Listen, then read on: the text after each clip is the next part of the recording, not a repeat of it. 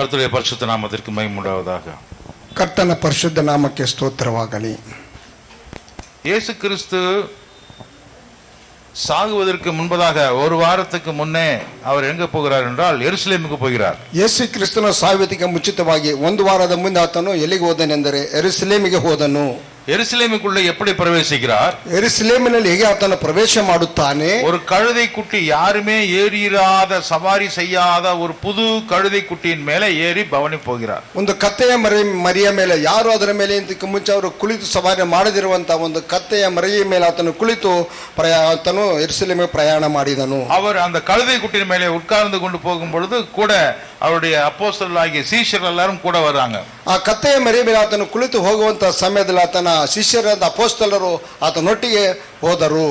அப்பொழுது அங்கே அந்த பண்டிகைக்கு வந்திருக்கிற பஸ்கா பண்டிகை சமயம், ಆಗ ಪಸ್ಕ ಹಬ್ಬದ ಒಂದು ಸಮಯವು. அப்பொழுது ಆಗ எல்லாரும் கரங்களிலே இருக்கக்கூடிய அவர்கள் மேல இருக்கக்கூடிய உடைகளை எடுத்து எடுத்து அந்த கழுதைக்கு மேலையும் கழுதைக்கு முன்னாடியும் போடுகிறார்கள். ಅವರ ಮೇಲಿದ್ದಂತ ವಸ್ತ್ರಗಳನ್ನೆಲ್ಲ ತೆಗೆದುಕೊಂಡವರು ಕತ್ತೆಯ ಮೇಲೆ ಮತ್ತು ಅದರ ಕಾಲ ಹಸ್ತೆಯಲ್ಲಿ ಅದನ್ನೆಲ್ಲ ಹಾಸಿದರು. ರೋಡ್ ಮೇಲೆ போடுறாங்க. ಆ ರೋಡಿನಲ್ಲಿ ಹಾಸಿದರು. ராஜா வருகிறார், ರಾಜನು ಬರುತ್ತಿದ್ದಾನೆ, ராஜா வருகிறார், ರಾಜನು ಬರುತ್ತಿದ್ದಾನೆ. கர்த்தருடைய நாமத்தினாலே ஸ்தோத்திரிக்கப்பட்டவர், ದೇವರ ನಾಮದಲ್ಲಿ ಸ್ತೋತ್ರಿಸಲ್ಪಟ್ಟಾತನು, ಸ್ತುತಿಸಲ್ಪಟ್ಟಾತನು. ಹೋಸನ್ನ ಹೋಸನ್ನ. ಎಲ್ಲರೂ ಹೋಸನ್ನ ಹೋಸನ್ನ ಹೋಸನ್ನ ಹೋಸನ್ನ. ಕ್ರಿಸ್ತನಲ್ಲಿ ಬಾಳು ನನಗೆ, ಕ್ರಿಸ್ತನಲ್ಲಿ ಜೀವಿಸುವೆ, ನನಗೆಂದು ಜಯ. ಕ್ರಿಸ್ತನಲ್ಲಿ ಜೀವಿಸುವೆ, ನನಗೆಂದು ஜெய ஜெய. கிறிஸ்துவுக்குள் வாழும் எனக்கு எப்போதும் வெற்றி உண்டு, வெற்றி உண்டு, வெற்றி உண்டு, வெற்றி உண்டு, எனக்கு வெற்றி உண்டு, வெற்றி உண்டு, வெற்றி உண்டு. என் ராஜா முன்னே செல்கிறார், வெற்றி பவனை செல்கிறார். நன் ராஜா ಮುಂದೆ ಹೋಗಲು குருத்தோலை கையில் பிடித்து, குருத்தோலை கையில் எடுத்து நான் ஓசன்ன பாடிடுவேன். ಗರಿಗಳ ಕೈಯಲ್ಲಿ ಹಿಡಿದು, ಗರಿಗಳ ಕೈಯಲ್ಲಿ ಹಿಡಿದು ನಾನು ಹೋಸನ್ನ ಹಾಡುವೆನು, ನಾನು ಹೋಸನ್ನ ಹಾಡುವೆನು. ஆமென். ஹல்லேலூயா. ஆமென். ஹல்லேலூயா. ஹல்லேலூயா. புட்டா வெறும் பாட்டே பாடிட்டு இருப்பீங்க. அந்த சூழ்நிலை தான், ಆ ಒಂದು ಪರಿಸ್ಥಿತಿ இன்னைக்கு நடக்குது, ಈ ದಿನ ನಡೆಯುತ್ತಿದೆ. இயேசு சாகிறதுக்கு முன்பாக ಯೇಸು ಸಾಯುವುದಕ್ಕೆ ಮುಂಚಿತವಾಗಿ எருசலேமுக்குள்ள போகிறார். ಎರುಸಲೇಮಿನಲ್ಲಿ ತಾನು ಪ್ರವೇಶ ಮಾಡುತ್ತಾನೆ. எருசலேமில் இருக்கிற ஜனங்களுக்கு முன்பாக, ಎರುಸಲೇಮಿನಲ್ಲಿರುವಂತಹ ಜನರ ಮುಂದೆ அவர் பவனியாக அந்த அந்த கழுதை குட்டியின் மேல போகிறார். ಆತನು ರಾಜನಾಗಿ ಕತ್ತೆಯ ಮೇಲೆ ಹೋಗುತ್ತಾನೆ. ராஜனாக அவர் ஏற்றுக்கொள்ளப்படல, ರಾಜನಿಗೆ ಅವರು ಅಂಗೀಕರಿಸಲ್ಪಡಲಿಲ್ಲ. ஆனால் ராஜாவை வரவேற்பதற்கு பாடுகிற பாடல்களை அந்த கூட இருந்த பிள்ளைகள் பாடினார்கள். ಆದ್ರೆ ರಾಜನನ್ನು ಬರಮಾಡಿಕೊಳ್ಳುವಂತಹ ವಿಧದಲ್ಲಿ ಹಾಡುಗಳನ್ನು ಅಲ್ಲಿರುವಂತಹ ಜನಗಳು ಹಾಡಿದರು. அது பழைய ஏற்பாட்டிலே ஏற்கனவே எழுதி வைத்திருக்கிற தீர்க்க தரிசனத்தின்படி அப்படி நடந்தது. ಅದು ಹಳೆಯ ಒಡಂಬಡಿಕೆಯಲ್ಲಿ ಮುಂಚಿತವಾಗಿ ಹೇಳಲ್ಪಟ್ಟಿರುವಂತಹ ಪ್ರವಾದನೆ ಪ್ರಕಾರವಾಗಿ ಅದು ಆ ವಿಧವಾಗಿ ನಡೆಯಿತು. ஒரு ராஜா, ಒಬ್ಬ ರಾಜನು, அபிஷேகம் பண்ணப்பட்டவர், ಅಭಿಷೇಕಿಸಲ್ಪಟ್ಟ ಆತನು எல்லாருக்கும் நானே ராஜா என்று காட்டுவதற்காக, ಎಲ್ಲರಿಗೂ ನಾನೇ ರಾಜನೆಂದು ತೋರಿಸಿಕೊಳ್ಳುವುದಕ್ಕಾಗಿ கழுதின் மேலே வருவார். ಆತನ ಕತ್ತೆಯ ಮೇಲೆ ಬರುತ್ತಾನೆ. தாவீது ராஜா, ದಾವೀದ ರಾಜನು மரணம் அடைவதற்கு முன்பதாக ಮರಣವನ್ನು ಹೊಂದುವುದಕ್ಕೆ ಮುಂಚಿತವಾಗಿ தன்னுடைய மகன்களிலே யாரை ராஜாவாக தேர்ந்தெடுப்பது, ತನ್ನ ಮಕ್ಕಳಲ್ಲಿ ಯಾರನ್ನು ರಾಜನನ್ನಾಗಿ ಆರಿಸುವುದು. அங்க நிறைய பேர் முன்னாடி வராங்க, போட்டிக்கு வராங்க, ಅನೇಕರಲ್ಲಿ ಒಂದು போட்டிಗೆ ಬರುತ್ತಾರೆ, பைப்போட்டிಗೆ ಬರ್ತಾರೆ. அப்பொழுது ಆಗ பத்சேபாளுடைய மகன் தான், பெத்சேபಳ ಮಗನೇ, பட்டத்து ராணியினுடைய மகன் தான், பட்டத ராணிய மகனே, அதாவது ராஜாவான பிறகு அவன் எடுத்துக்கொண்ட மனைவி தான் பத்சேபாள். ಆ ರಾಜನಾದ ನಂತರ ಆತನು ಪಡೆದುಕೊಂಡ ಆ ಹೆಂಡತಿಯೇ ಬತ್ಷೆಬಾಳು. அவளுக்கு பிறந்த மகன் தான் ಅವನಿಗೆ ಹುಟ್ಟಿದಂತ ಮಗನೇ சாலமோன். ಸೊಲೊಮೋನನು. சாலமோன் தான் எனக்கு பிறகு ராஜாவாக ஆக வேண்டும். ಸೊಲೊಮೋನನೇ ನನ್ನ ನಂತರ ರಾಜನಾಗಿ ಆಗಬೇಕು. அதனால ಆದ್ದರಿಂದ ராஜா தீர்க்கதரிசியையும் மகா யாஜகனையும் கூப்பிடுறாரு. ರಾಜನು ಪ್ರವಾದಿಯನ್ನು ಮಹಾಯಾಜಕನನ್ನು ಕರೆದನು. அவங்களுக்கு முன்பாக ಅವರ ಮುಂದೆ அவனுக்கு தலையின் மேல, அதாவது சாலமன் மேல எண்ணெயை அபிஷேக தைலத்தை ஊற்றி ಅವನ ಶಿರಸ್ಸಿನ ಮೇಲೆ ಅಭಿಷೇಕ ತೈಲವನ್ನು ಸುರಿದು ராஜாவினுடைய கழுதை குட்டின் மேலே உட்கார வைத்து ರಾಜನ ಕತ್ತೆಯ ಮರಿಯ ಮೇಲೆ ಅವರನ್ನು ಕೂರಿಸಿ அவனை அந்த ராஜ வீதியில் எல்லாம் ப்ரொக்ளைம் பண்ணி அறிவிச்சுக்கிட்டு ಘೋಷಣೆ போட்டுக்கிட்டே கூட்டிட்டு போய் இவர்தான் ராஜா என்று சொல்லி அறிவிக்கும்படி செய்தார். ಆತನನ್ನು ರಾಜ ಮಾರ್ಗದಲ್ಲಿ ಎಲ್ಲ ರಾಜ್ಯದಲ್ಲಿ ಸುತ್ತಿಸಿ ಅವರನ್ನು ಅರಿಕೆ ಮಾಡಿ ಅದನ್ನು ಪ್ರಕಟಿಸಿದರು, ಘೋಷಣೆ ಮಾಡಿದರು. ஏன் கழுதை குட்டியில, ಏಕೆ ಕತ್ತೆಯ ಮರಿಯಲ್ಲಿ, ஏன் குதிரை மேல இல்ல, ಏಕೆ ಕುದುರೆ ಮೇಲೆ ಇಲ್ಲ? குதிரைனா அது ಯುದ್ಧத்துக்கு போகிற நேரத்தில் குதிரை மேல ஏறுவாங்க. ಅದು ಕುದುರೆ ಎಂದರೆ ಅದು ಯುದ್ಧಕ್ಕೆ ಹೋಗುವಂತ ಸಮಯದಲ್ಲಿ ಉಪಯೋಗಿಸುವಂತ ಒಂದು ಪ್ರಾಣಿ. யுத்தத்துக்கு போகும்போது குதிரையில தான் போகணும். ಯುದ್ಧಕ್ಕೆ ಹೋಗುವಾಗ ಕುದುರೆಯಲ್ಲಿಯೇ ಅವರು ಹೋಗುತ್ತಾರೆ. ஏனென்றால் வேகமாக போய் சடுதியிலே அந்த எதிரியை அடித்து நொறுக்க வேண்டும். ಏಕೆಂದರೆ ವೇಗವಾಗಿ ಹೋಗಿ ತಕ್ಷಣ ವಿರೋಧಿಗಳನ್ನು ಸಂಹಾರ ಮಾಡಬೇಕು. ಯೇಸು ಕ್ರಿಸ್ತು திரும்ப வருவார். ಯೇಸು ಕ್ರಿಸ್ತನು ತಿರುಗಿ ಬರುತ್ತಾನೆ. அப்பொழுது கழுதையின் மேல வரமாட்டார். ಆತನು ಅವಾಗ ಕತ್ತೆಯ ಮೇಲೆ ಬರುವುದಿಲ್ಲ, அவர் குதிரையின் மேலே வருவார். ಆತನು ಕುದುರೆಯ ಮೇಲೆ ಬರುವನು. எதற்காக? ಏತಕ್ಕಾಗಿ? ಯುದ್ಧ ಮಾಡುವುದಕ್ಕೆ வருவார். ಯುದ್ಧ ಮಾಡುವುದಕ್ಕಾಗಿ ಬರುವನು. ದುಷ್ಟರುகளை, துன்மார்க்கரை, அசுத்தமான ஆவிகளை அடித்து நொறுக்கும்படி வருவார். ದುಷ್ಟರನ್ನು, ದುರ್ಮಾರ್ಗರನ್ನು, ಅಸುತ್ತ ಆವಿಗಳನ್ನು ನಾಶ ಮಾಡುವುದಕ್ಕೆ, ಮುರಿದು ಹಾಕುವುದಕ್ಕೆ ಬರುವನು. ஆனால் இப்பொழுது, ಆದ್ರೆ ಈಗ இந்த பஸ்கா பண்டிகையில, ಈ ಪಸ್ಕ ಹಬ್ಬದಲ್ಲಿ எப்படி ஏன் வராருன்னா, ಏಕೆ ಈ ವಿಧವಾಗಿ ಆತನು ಬರುತ್ತಾನೆಂದರೆ சமாதானத்தின் காரணராக, சமாதான பிரபுவாக எல்லாரும் அவரை பார்க்கும்படி, ಸಮಾಧಾನ ಕರ್ತನಾಗಿ, ಸಮಾಧಾನ ಪ್ರಭುವಾಗಿ ಎಲ್ಲರೂ ಆತನನ್ನು ನೋಡುವಂತೆ. ஒவ்வொரு மனுஷனும் ரோட்ல இருக்கிற ஒருத்தன் கூட மிஸ் பண்ண மாட்டாங்க. ರೋಡಲ್ಲಿ ಪ್ರತಿಯೊಬ್ಬ ಮನುಷ್ಯನು ಒಬ್ಬನಾದ್ರೂ ಅದನ್ನು ತಪ್ಪಿಸಿಕೊಳ್ಳಬಾರದು. இப்படி வந்து அப்படி போயிட்டாரா, ஐயோ என்னையா இப்படி வந்து அப்படி ஓடி போயிட்டாரு அப்படிங்கிற மாதிரி இல்ல. ಈಗ ಬಂದಾಗೆ ಹೋದನೆಂದು ಈ ವಿಧವಾಗಿ ಅಲ್ಲ. மெதுவா கழுதை குட்டி எப்படி நடக்கும்? ಕತ್ತೆಯ ಮರಿ ಹೇಗೆ ನಡೆಯುತ್ತದೆ? பொறுமையா நடக்கும், ತಾಳ್ಮೆಯಿಂದ ನಡೆಯುತ್ತದೆ. ஹல்லேலூயா, ಹಲ್ಲೆಲೂಯಾ. நிதானமாக ನಡೆಯುವುದು. அவர் இந்த பக்கம் திரும்பி இங்க 20 பேர்த்திட்ட பேசுறவாரு, இந்த பக்கம் திரும்பி மறுபடியும் 20 பேர்த்திட்ட பேசுவாரு. மெதுவா தான் கழுதை போகும். ಆತನು ಈ ಕಡೆ ತಿರುಗಿ 20 ಜನರೊಟ್ಟಿಗೆ ಮಾತನಾಡುತ್ತಾನೆ, ಈ ಕಡೆ ತಿರುಗಿ 20 ಜನರೊಟ್ಟಿಗೆ ಮಾತನಾಡುತ್ತಾನೆ. ನಿಧಾನವಾಗಿ ಮುಂದೆ ಸಂಜೆ ಹೋಗುತ್ತದೆ. ಯೆರೂಸಲೇಮಿನ வீதிகளிலே இருக்கிற அத்தனை பேருமே இயேசுவை பார்த்தார்கள். ಯೆರೂಸಲೇಮಿನಲ್ಲಿ ಇರುವಂತ ಬೀದಿಗಳಲ್ಲಿರುವಂತ ಅಷ್ಟು ಜನರು ಯೇಸು ಕ್ರಿಸ್ತನನ್ನು ನೋಡಿದರು. ஹல்லேலூயா, ஹல்லேலூயா. அதற்காகவே கழுதின் மேல வந்தார். ಅದಕ್ಕಾಗಿ ಆತನು ಕತ್ತೆಯ ಮರಿ ಮೇಲೆ ಬಂದನು. ಯೇಸು ஒரு கழுதை குட்டியை கண்டு அதன் மேலே ஏறினார். ಯೇಸು ಒಂದು ಕತ್ತೆಯನ್ನು ಮರಿಯನ್ನು ನೋಡಿ ಅದರ ಮೇಲೆ ಕುಳಿತುಕೊಂಡನು. இவைகளை அவருடைய சீஷர்கள் துவக்கத்திலே அறியல, தெரிஞ்சுக்கல. ಇದು ಅವರ ಶಿಷ್ಯರು ಮೊದಲು ಇದನ್ನು ತಿಳಿದುಕೊಳ್ಳಲಿಲ್ಲ. வசனம் 16ನೇ ವಾಕ್ಯ. இயேசு மகிமை அடைந்த பிறகு இயேசு அவரை குறித்து எழுதியிருக்கிறது எல்லாம் தாங்கள் இப்படி அவருக்கு செய்ததையும் நினைவு கூர்ந்தார்கள். ಇದು ಆತನ ಶಿಷ್ಯರಿಗೆ ಮೊದಲು ತಿಳಿದಿರಲಿಲ್ಲ, ಆದರೆ ಯೇಸು ತನ್ನ ಮಹಿಮೆಯ ಪದವಿಗೆ ಬಂದ ಮೇಲೆ ಇದು ಆತನಿಗೆ ಆತನ ವಿಷಯವಾಗಿ ಬರೆದದೆ ಎಂದು ಆತನು ಅವರಿಗೆ ಇದನ್ನೆಲ್ಲ ಮಾಡಿ ಎಂದು ಅವರ ನೆನಪಿಗೆ ಬಂದನು. கர்த்தருக்கு ஸ்தோத்திரம். ಕರ್ತನ ನಾಮಕ್ಕೆ ಸ್ತೋತ್ರವು. இயேசு கிறிஸ்து இப்போ ரொம்ப ஆர்ப்பாட்டத்தோட, அலங்காரத்தோட, எல்லா கையிலையும், ಎಲ್ಲರುடைய கையில் என்ன இருக்குது? ಕುರುತೋಲೆಗಳು.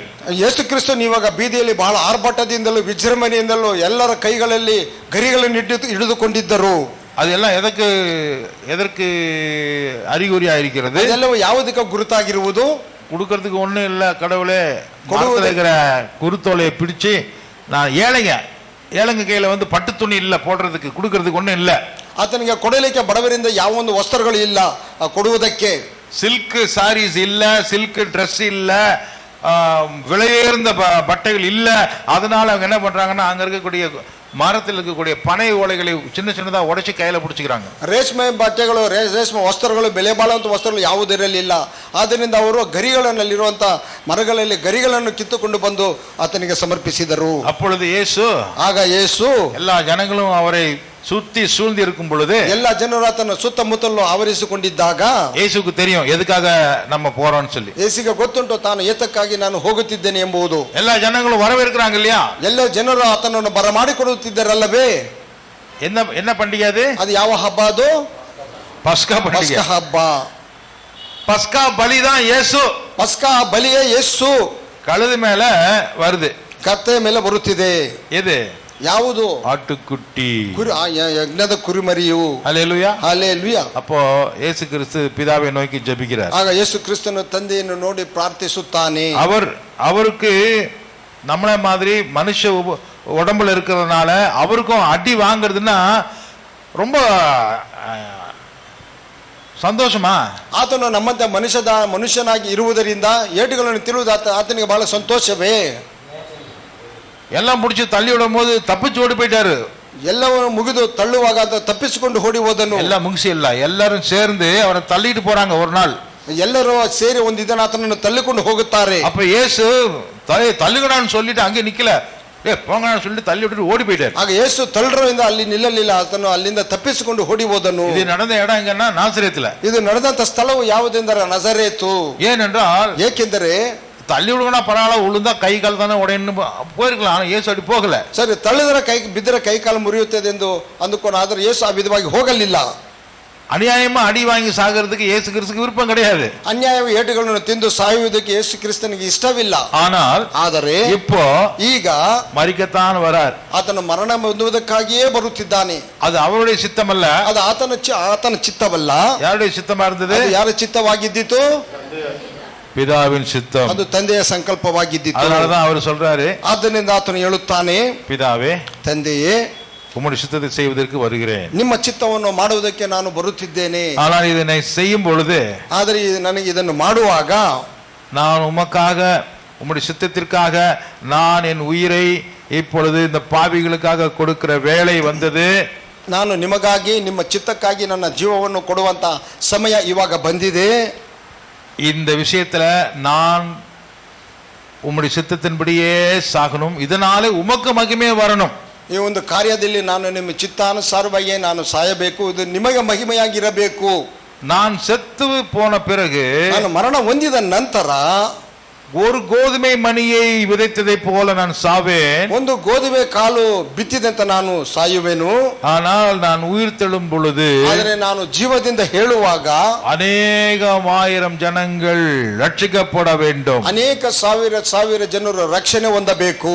அல்லேலூயா, அல்லேலூயா. அதைத்தான் நாம ஈஸ்டர் என்று சொல்லக்கூடிய ரெசரக்ஷன் டேல நாம படிக்க போறோம். ಅದನ್ನ ನಾವು ಈಸ್ಟರ್ ಅಂತ ಪುನರುತ್ಥಾನದ ದಿನದಲ್ಲಿ ನಾವು ಓದಲಿದ್ದೇವೆ. அல்லேலூயா, அல்லேலூயா. இயேசு கிறிஸ்து மரிப்பார், ಯೇಸು ಕ್ರಿಸ್ತನು ಮರಣ ಹೊಂದುವನು, கோதுமை மணி சாகிறது, ಗೋಧುವೆ ಕಾಳು ಸಾಯುವುದು, அவர் அடக்கம் பண்ணப்படுவார், ಆತನು ಸಮಾಧಿ ಮಾಡಲ್ಪಡುವನು, கோதுமை மணி விதைக்கப்படுகிறது, ಗೋಧುವೆ ಕಾಳು ಬಿತ್ತಲ್ಪಡುವುದು, இயேசு கிறிஸ்து உயிர் தெழுவார், ಯೇಸು ಕ್ರಿಸ್ತನು ಜೀವದಿಂದ ಏಳುವನು, விதைக்கப்பட்ட விதை முளைத்து எழும்பும், ಬಿದ್ದಿದ್ದಂತ ಬೀಜ ಗೋಧುಮೆ ಬೀಜವು ಅದು ಮೊಳಕೆ ಒಡೆಯುವುದು.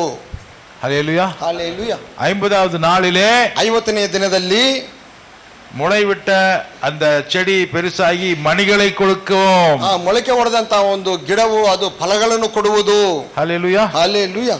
இதைத்தான் இயேசு கிறிஸ்து தன்னுடைய மரணத்தின் மூலமாய் செய்கிறார். ಇದನ್ನೇ ಯೇಸು ಕ್ರಿಸ್ತನು ತನ್ನ ಮರಣದ ಮೂಲಕ ಆತನು ಮಾಡುವವನಾಗಿದ್ದಾನೆ. 24வது வசனம், 24ನೇ ವಾಕ್ಯ, 24. ನಿಮಗೆ ನಿಜ ನಿಜವಾಗಿ ಹೇಳುತ್ತೇನೆ, ಗೋಧಿಯ ಕಾಳು ಭೂಮಿಯಲ್ಲಿ ಬಿದ್ದು ಸಾಯದಿದ್ದರೆ ಒಂದೇಯಾಗಿ ಉಳಿಯುವುದು, ಸತ್ತರೆ ಬಹಳ ಫಲ ಕೊಡುವುದು. ಸತ್ತರೆ ಬಹಳ ಫಲ ಕೊಡುವುದು. ಬಹಳ ಫಲ ಕೊಡುವುದು.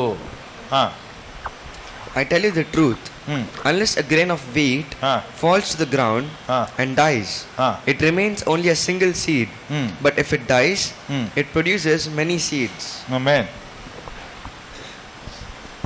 தமிழ்ல வாசிக்க மாட்டீங்களா ஐயா? வாசிங்க ஐயா தமிழ்ல. மெய்யாகவே மெய்யாகவே நான் உங்களுக்கு சொல்லுகிறேன், கோதுமை மணியானது நிலத்தில் விழுந்து சாகாவிட்டால் தனித்திருக்கும், செத்ததே ஆகில் மிகுந்த பலனை கொடுக்கும். ஆமென். ஆமென். செத்ததே ஆகில் மிகுந்த பலனை கொடுக்கும். இப்ப இயேசு கிறிஸ்துவனுடைய மரணம், ಯೇಸು ಕ್ರಿಸ್ತನ ಮರಣವು பரிதாபகரமான மரணம், ಪರಿತಾಪಕವಾದಂತ ಒಂದು ಮರಣವು. கைவிடப்பட்ட நிலைமையில இயேசு மரிக்கிறார். ಕೈ ಬಿಡಲ್ಪಟ್ಟಂತ ಪರಿಸ್ಥಿತಿಯ ಯೇಸು ಮರಣ ಹೊಂದಿದನು. பிதாவே கைவிட்ட நிலைமையில தான் அவர் மரிக்கிறார். ತಂದೆಯೇ ಕೈ ಬಿಟ್ಟಂತ ಪರಿಸ್ಥಿತಿಯಲ್ಲಿ ಆತನು ಮರಣ ಹೊಂದಿದನು. அவரை பெற்றெடுத்த தாயும் தகப்பனும் அவரை காப்பாற்ற முடியல. ಆತನು ಹೆತ್ತಂತ ತಂದೆ ತಾಯಿಗಳು ಆತನನ್ನು ಕಾಪಾಡಲಿಕ್ಕೆ ಸಾಧ್ಯವಾಗಲಿಲ್ಲ. அவர் கூடவே இருந்த சீஷர்களால இயேசுவை காப்பாற்ற முடியல. ಆತನೊಟ್ಟಿಗೆ ಇದ್ದಂತ ಶಿಷ್ಯರಿಂದಲೂ ಯೇಸುವನ್ನು ಕಾಪಾಡಲಿಕ್ಕೆ ಸಾಧ್ಯವಾಗಲಿಲ್ಲ. அவர் எவ்வளவோ ஜெபம் பண்ணினாலும், ಆತನು ಎಷ್ಟೇ ಪ್ರಾರ್ಥನೆ ಮಾಡಿದರೂ அவர் மரணத்திலிருந்து அவர் தப்பித்துக் கொள்ள முடியாது. ಆತನು ಮರಣದಿಂದ ತಪ್ಪಿಸಿಕೊಳ್ಳಲಿಕ್ಕೆ ಸಾಧ್ಯವೇ ಇಲ್ಲ. இயேசு கிறிஸ்து அடி வாங்கி சாக போகிறார். ಯೇಸು ಕ್ರಿಸ್ತನು ಏಟನ್ನು ತಿಂದು ಮರಣ ಹೊಂದಲಿದ್ದಾನೆ. சும்மா உயிர் விட்டா பரவாயில்ல, ಸುಮ್ಮನೆ ಜೀವ ಬಿಟ್ಟರೆ ಪರವಾಗಿಲ್ಲ. அடி பின்னி எடுக்க போறானுங்க. ಆತನು ಒಡೆದು ಆತನನ್ನು ಹಿಂಸೆ ಪಡಿಸುತ್ತಾರೆ. ரத்த காயம், தலையிலிருந்து கால் வரைக்கும் ரத்தம் சொட்ட சொட்ட அடிக்க போறாங்க. ರಕ್ತವು ತಲೆಯಿಂದ ಕಾಲಿನವರೆಗೂ ರಕ್ತವಾಗಿ ತೊಟ್ಟುಕುತ್ತಿದೆ, ಸುರಿಯುತ್ತಿದೆ. உடம்புக்கு வலி, ದೇಹಕ್ಕೆ ನೋವು. அது இல்லாம ஏளனம் பேசி பரியாசம் பண்ணி அவரை தூஷணம் பண்ணி அவர் மேல தப்பா சொல்லி அவருடைய மனதை வேதனைப்படுத்துவார்கள். ಅದು ಮಾತ್ರ ಆತನನ್ನು ದೂಷಿಸಿ ಪರಿಹಾಸ ಮಾಡಿ ಗೇಲಿ ಮಾಡಿ ತಪ್ಪಾದಂತ ಅಪರಾಧಗಳನ್ನು ಆತನ ಮೇಲೆ ಹೊರಿಸಿದರು. அப்படி சாகடிக்க போகிறார்கள். ಆ ವಿಧವಾಗಿ ಸಾಯಲಿಕ್ಕೆ ಹೋಗಲಿದ್ದಾನೆ. இப்படிப்பட்ட ஒரு மரணத்தை இயேசு கிறிஸ்து தவிர்க்க முடியலையே. ಈ ವಿಧವಾದಂತ ಮರಣವನ್ನು ಯೇಸು ಕ್ರಿಸ್ತನು ತಪ್ಪಿಸುವಲ್ಲಿಲ್ಲವಲ್ಲ. என்ன பரிதாபகரமான மரணம், ಎಷ್ಟು ಪರಿತಾಪವಾದಂತ ಒಂದು ಮರಣವಿದು. இப்படி சில பேர் இயேசுவினுடைய மரணத்தை தப்பா புரிந்து கொள்கிறார்கள். ಈ ವಿಧವಾಗಿ ಕೆಲವರು ಯೇಸು ಕ್ರಿಸ್ತನ ಮರಣವನ್ನು ತಪ್ಪಾಗಿ ಅರ್ಥ ಮಾಡಿಕೊಳ್ಳುತ್ತಾರೆ. ஒருத்தர் சொன்னாரு, ஜகத்குருங்கிறவரு, ಒಬ್ಬರು ಹೇಳಿದರು ಜಗದ್ಗುರು ಎನ್ನುವವರು, இயேசு கிறிஸ்துவை பார்த்து நம்ம கையெடுக்கிறதுக்கு காரணம், ಯೇಸು ಕ್ರಿಸ್ತನನ್ನು ನೋಡಿ ನಾವು ಕೈ ಮುಗಿಯುವುದಕ್ಕೆ ಕಾರಣವು அவர் சிலுவையிலே செத்துட்டாரு அதுக்காக இல்லையா. ಆತನು ಶಿಲುಬೆಯಲ್ಲಿ ಮರಣ ಹೊಂದಿದನಲ್ಲವೇ, ಅದಕ್ಕಾಗಿ ಅಲ್ಲ. பரிதாபமா செத்து போயிட்டார், பாதி வயசுல செத்து போயிட்டார், ஒரு 100 ವಯಸ್ಸು ಕೂಡ வாழலையே. ಆತನು ಪರಿತಾಪದಿಂದ ಸತ್ತನು, ಅರ್ಧ ವಯಸ್ಸಿನಲ್ಲಿ ಸತ್ತನು, 100 ವರ್ಷವೂ ಬಾಳಲಿಲ್ಲವಲ್ಲ. 33 ವಯಸ್ಸು செத்து போயிட்டாரு, இன்கம்ப்ளீட் லைஃப், பரிபூர்ಣ ಇಲ್ಲದ வாழ்க்கை. 33ರಲ್ಲಿ ಸತ್ತನು, ಸಂಪೂರ್ಣವಾದಂತ ಆಯುಷ್ಯ ಇಲ್ಲದಂತೆ ಅರ್ಧಪರ್ಧ ಮೇಲೆ ಆತನು ಮರಣ ಹೊಂದಿದನು. பாவம், சக்சஸ்ஃபுல்லா அவருடைய வாழ்க்கை முடியல. ಅಯ್ಯೋ ಪಾಪ, ಆತನು ಯಶಸ್ವಿಯಾಗಿ ಆತನ ಜೀವನವು ಮುಕ್ತವಾಗಲಿಲ್ಲ அப்படின்னு சொல்லி இயேசு கிறிஸ்துவை பத்தி தப்பா பேசுறாங்க. ಈ ವಿಧವಾಗಿ ಹೇಳಿ ಯೇಸು ಕ್ರಿಸ್ತನನ್ನು ಕುರಿತು ತಪ್ಪಾಗಿ ಮಾತನಾಡುತ್ತಾರೆ. கிறிஸ்தவர்களா இருக்கிற நீங்களும் நானும் இயேசு மரித்தார் என்று சொல்லுவதற்கு வெட்கப்படக்கூடாது. ಕ್ರಿಸ್ತರಾದಂತ ನೀವು ನಾನು ಯೇಸು ಕ್ರಿಸ್ತನು ಮರಣ ಹೊಂದಿದನು ಎಂದು ಹೇಳುವುದಕ್ಕೆ ನಾವು ನಾಚಿಕೆ ಪಡಬಾರದು. ஏனென்றால், ಏಕೆಂದರೆ இயேசு அசம்பாவிதமா பாவம் தெரியாம தப்பு செஞ்சு மாட்டிக்கிட்டு அடி வாங்கினாருன்னு அப்படி நம்ம சொல்ல வேண்டிய அவசியமே ಇಲ್ಲ. ಯೇಸು ಕ್ರಿಸ್ತನ ಸಂಭವಿತವಾಗಿ ತಪ್ಪಿ ಸಿಕ್ಕಿಕೊಂಡು ಆತನು ಮರಣ ಹೊಂದಿದನೆಂದು ಆ ವಿಧವಾಗಿ ಹೇಳುವಂತೆ ಸಾಧ್ಯವಿಲ್ಲ. மரிப்பதற்காகவே வந்தார், ಮರಣ ಹೊಂದುವುದಕ್ಕಾಗಿಯೇ ಬಂದನು. மரணத்தினால் என்னத்தை சாதிச்சாரு? ಮರಣದಿಂದ ಆತನು ಏನನ್ನು ಸಾಧಿಸಿದನು?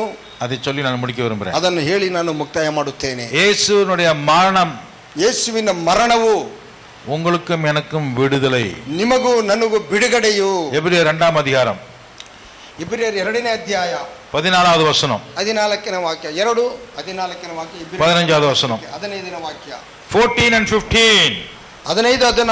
14-15. ಇದಲ್ಲದೆ ಮಕ್ಕಳು ರಕ್ತ ಮಾಂಸಧಾರಿಗಳಾಗಿರುವುದರಿಂದ ಆತನು ಅವರಂತೆಯೇ ಆದನು.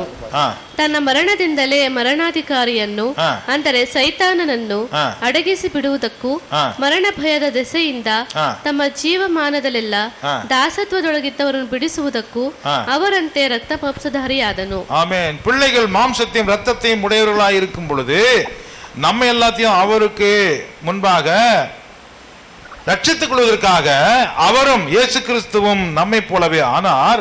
மரணத்துக்கு அதிகாரியாகிய பிசாசானவனை தமது மரணத்தினாலே அழிக்கும்படிக்கு ஜீவகாலமெல்லாம் மரண பயத்தினாலே அடிமைத்தனத்திற்குள்ளானவர்கள் யாவரையும் விடுதலை பண்ணும்படிக்கு அப்படி மரித்தார். அல்லேலூயா. ಹಲ್ಲೆಲೂಯ. இயேசு மரித்தார். ಯೇಸು ಮರಣ ಹೊಂದಿದನು. மரிப்பதற்காகவே வந்தார். ಮರಣ ಹೊಂದುವುದಕ್ಕಾಗಿಯೇ ಬಂದನು. மரிப்பதற்காகத்தான் பிரசங்கமும் செய்தார். ಮರಣ ಹೊಂದುವುದಕ್ಕಾಗಿ ಆತನು ಪ್ರಸಂಗವನ್ನು ಮಾಡಿದನು. அவர் மரிப்பதற்காகத்தான் அவர் சீஷர்களை ஏற்படுத்தினார். ಆತನು ಮರಣ ಹೊಂದುವುದಕ್ಕಾಗಿ ಶಿಷ್ಯರನ್ನು ಏರ್ಪಡಿಸಿಕೊಂಡನು. ஏனென்றால் ಏಕೆಂದರೆ நாம அது வரைக்கும் எந்த வீட்டுல இருந்தோம்னு சொன்னா ನಾವು ಅದುವರೆಗೂ ಯಾವ ಮನೆಯಲ್ಲಿ ಇದ್ದೇವೆ ಎಂದು ಹೇಳಿದರೆ அடிமைத்தனத்தின் வீட்டிலே இருந்தோம். ದಾಸತ್ವದ ಮನೆಯಲ್ಲಿದ್ದೆವು. இல்ல பாஸ்டர் நாங்களாம் எகிப்துக்கு போலையே. ಇಲ್ಲ ಪಾಸ್ಟರ್, ನಾವು ಐಗುಪ್ತಿಗೆ ಹೋಗಲಿಲ್ಲವಲ್ಲ.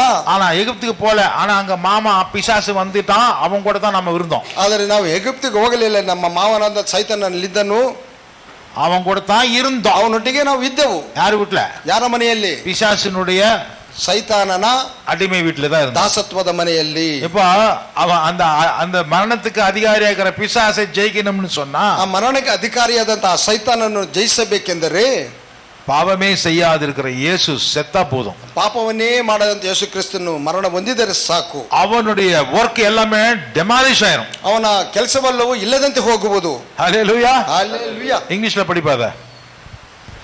Since the children have flesh and blood, he too shared in their humanity, so that by his death he might destroy him he might destroy the devil, the Satan, who holds the power of death, who holds the power of death, that is the devil, that is the devil, and free those and he will deliver those who all their lives were held in slavery who are in the captivity, in the house of slavery, by their fear of death. by his own death. Hallelujah. Hallelujah. இயேசு கிறிஸ்து மரித்தார் அப்படின்னு சொன்னா ಯೇಸು ಕ್ರಿಸ್ತನು ಮರಣ ಹೊಂದಿದನು ಅಂತ ಹೇಳಿದರೆ ஐயோ அப்படியே சொல்லாதீங்க பிரதர், பாவம் இயேசுன்னு முஸ்லிம் சொல்றாங்க. ಅಯ್ಯಯ್ಯೋ ಪಾಪ ವಿಧವಾಗಿ ಹೇಳಬೇಡಿ ಬ್ರದರ್ ಎಂದು ಮುಸ್ಲಿಮರು ಹೇಳುತ್ತಾರೆ. பிசாசும் சேர்ந்து சொல்லுவான். ಸೈತಾನನು ಅವರೊಟ್ಟಿಗೆ ಸೇರಿ ಹೇಳುತ್ತಾನೆ. சும்மா சொல்லாதப்பா, இயேசு செத்தாரு மனசு கஷ்டமா இருக்குதுமா. ಸುಮ್ಮನೆ ಹೇಳಬೇಡ, ಯೇಸು ಸತ್ತನೆಂದು ಮನಸ್ಸು ಬಹಳ ಕಷ್ಟವಾಗಿದೆ. You stupid devil, shut up and get away from me. Jesus died for me to redeem me. என்னை விடுதலை செய்யும்படிக்கு இயேசு கிறிஸ்து மரணத்திலே வந்தார். ಯೇಸು ஹல்லேலூயா. ಕ್ರಿಸ್ತನು ನನ್ನನ್ನು ಬಿಡುಗಡೆ ಮಾಡುವುದಕ್ಕಾಗಿಯೇ ಯೇಸು ಕ್ರಿಸ್ತನು ಮರಣದಲ್ಲಿ ಬಂದನು. அவருடைய மரணத்தினாலே பிசாசினுடைய வேலைகளை கிரியைகளை அழித்தார். ಆತನ ಮರಣದ ಮೂಲಕವಾಗಿ ಸೈತಾನನ ಕೆಲಸಗಳನ್ನು ಕ್ರಿಯೆಗಳನ್ನೆಲ್ಲವನ್ನು ಆತನು ನಾಶ ಮಾಡಿದನು. ஹல்லேலூயா. ಹಲ್ಲೆಲೂಯಾ. பாவம் செய்தவனுக்கு தான் மரணம் வரணும் இல்லையா? ಪಾಪ ಮಾಡಿದವರಿಗೆ ಮರಣ ಬರಬೇಕಲ್ಲವೇ? பாவிகளுக்கு தானே மரணம் வரணும். ಪಾಪಿಗಳಿಗೆ ಮರಣವಲ್ಲವೇ? பாவிகளுக்கு தானே சம்பளம் கொடுக்கணும். ಪಾಪಿಗಳಿಗೆ ತಾನೇ ಸಂಬಳ ಕೊಡಬೇಕು. ஆனா இயேசுக்கு எதுக்கு சம்பளம் கொடுத்தான் பிசாசு? ಆದರೆ ಯೇಸು ಕ್ರಿಸ್ತನಿಗೆ ಸೈತಾನನು ಯಾವುದಕ್ಕೆ ಸಂಬಳವನ್ನು ಕೊಟ್ಟನು? அதனால அவனுடைய ஒர்க்கு, அவனுடைய பவர் எல்லாம் புடுங்கிட்டார் ஆண்டவர். ಆದ್ದರಿಂದ ಆತನ ವರ್ಕ್ ಅನ್ನು, ಆತನ ಪವರ್ ಅನ್ನು ಎಲ್ಲವನ್ನು ಕಿತ್ತು ಬಿಟ್ಟನು ದೇವರು. ಯೇಸು ಕ್ರಿಸ್ತನಿಗೆ இயேசு கிறிஸ்து இப்போ அவருடைய கையில இருக்குது. மரணமும் ஜீவனும் அவருடைய கையில இருக்குது. ಯೇಸು ಕ್ರಿಸ್ತನ ಕೈಲಿ ಇವಾಗ ಮರಣವು ಜೀವವು ಆತನ ಕೈಯಲ್ಲಿರುವುದು. அவர் நினைச்சா உயிர்த்தெழுவாரு. ಆತನು ನೆನೆಸಿದರೆ ಜೀವದಿಂದ ಏಳುವನು. செத்து போனவரை உயிர்த்தெழ வைப்பாரு. ಸತ್ತವರನ್ನು ಜೀವದಿಂದ ಎಬ್ಬಿಸುವನು. ಏಕೆ? மரணத்தினுடைய திறவுகோல் பிசாசுகிட்ட இருந்த வரைக்கும் யாரும் உயிர்த்தெழ விடல. ಮರಣದ ಒಂದು ಬೀಗದ ಕೈಗಳು ಸೈತಾನನ ಕೈಯಲ್ಲಿ ಇದ್ದವರೆಗೂ ಯಾರನ್ನು ಜೀವದಿಂದ ಎಬ್ಬಿಸಲಿಕ್ಕೆ ಬಿಡಲಿಲ್ಲ. இயேசு கிறிஸ்து கையிலே வந்துருச்சு. ಅದು ಯೇಸು ಕ್ರಿಸ್ತನ ಕರಗಳಿಗೆ ಬಂದಿತು. கரங்களை தட்ட மாட்டீங்களா? ಕೈಗಳನ್ನು ತಟ್ಟೋಣ. ಹಲ್ಲೆಲೂಯಾ. இயேசு தன் மரணத்தினாலே, ಯೇಸು ಕ್ರಿಸ್ತನು ತನ್ನ ಮರಣದ ಮೂಲಕವಾಗಿ அடிமை வீட்டில் இருந்த நம்மை, ದಾಸತ್ವದ ಮನೆಯಲ್ಲಿದ್ದಂತ ನಮ್ಮನ್ನು சுதந்திரத்திற்கு பிதாவினுடைய வீட்டுக்கு நம்மை கொண்டு போய் சேர்க்க போகிறார். ಸ್ವತಂತ್ರಕ್ಕೆ ತಂದೆಯ ಮನೆಗೆ ನಮ್ಮನ್ನು ಕರೆದುಕೊಂಡು ಹೋದನು. ஹல்லேலூயா. Hallelujah. From the house of captivity to the house of my father in heaven. Hallelujah. Hallelujah. பிசாசினுடைய பிடியில இருந்த வீட்டில இருந்த நம்மை, ಸೈತಾನನ ಹಿಡಿತದಲ್ಲಿ ಅವನ ಮನೆಯಲ್ಲಿದ್ದಂತ ನಮ್ಮನ್ನು ஆண்டவர் ரட்சித்து ದೇವರು ರಕ್ಷಿಸಿ தன்னுடைய பிதாவின் வீட்டிற்கு நம்மை கொண்டு போய் சேர்க்க போகிறார். ತಮ್ಮ ತಂದೆಯ ಮನೆಗೆ ನಮ್ಮನ್ನು ಕೊಂಡು ಹೋಗಿ ಸೇರಿಸಲಿದ್ದಾನೆ. நம்ம பரலோகத்துக்கு போல, ನಾವು ಪರಲೋಕಕ್ಕೆ ಹೋಗಿಲ್ಲ. பரலோகத்துக்கு போகும்போது ಪರಲೋಕಕ್ಕೆ ನಾವು ಹೋಗುವಾಗ நாம் அதை சொல்லுவோம். ನಾವು ಆ ವಿಧವಾಗಿ ಹೇಳೋಣ. நம்ம ஜெபிக்கும் பொழுது ನಾವು ಪ್ರಾರ್ಥನೆ ಮಾಡುವಾಗ ஃபாதர்னு சொல்லி பேசுறது கத்துக்குங்க. ನಾವು ತಂದೆ ಎಂದು ಹೇಳುವುದನ್ನು ಕಲಿತುಕೊಳ್ಳಿರಿ. பிசாசு வீட்டில் இருந்த நம்மள ಸೈತಾನನ ಮನೆಯಲ್ಲಿದ್ದಂತ ನಮ್ಮನ್ನು பிதாவின் வீட்டுக்கு கொண்டு போக போகிறார். ತಂದೆಯ ಮನೆಗೆ ನಮ್ಮನ್ನು ಕೊಂಡು ಹೋಗಲಿದ್ದಾನೆ. மரணத்தினாலேயே அதை செய்வார். ಮರಣದಿಂದಲೇ ಅದನ್ನು ಮಾಡುವನು. அதற்காகவே அவர் வந்தார். ಅದಕ್ಕಾಗಿ ಆತನು ಬಂದನು. ஹல்லேலூயா. ಹಲ್ಲೆಲೂಯಾ. கண்களை மூடி ஜெபம் ನಾವು பண்ணலாமா? ಕಣ್ಣನ್ನು ಮುಚ್ಚಿ ಪ್ರಾರ್ಥನೆ ಮಾಡೋಣವೇ?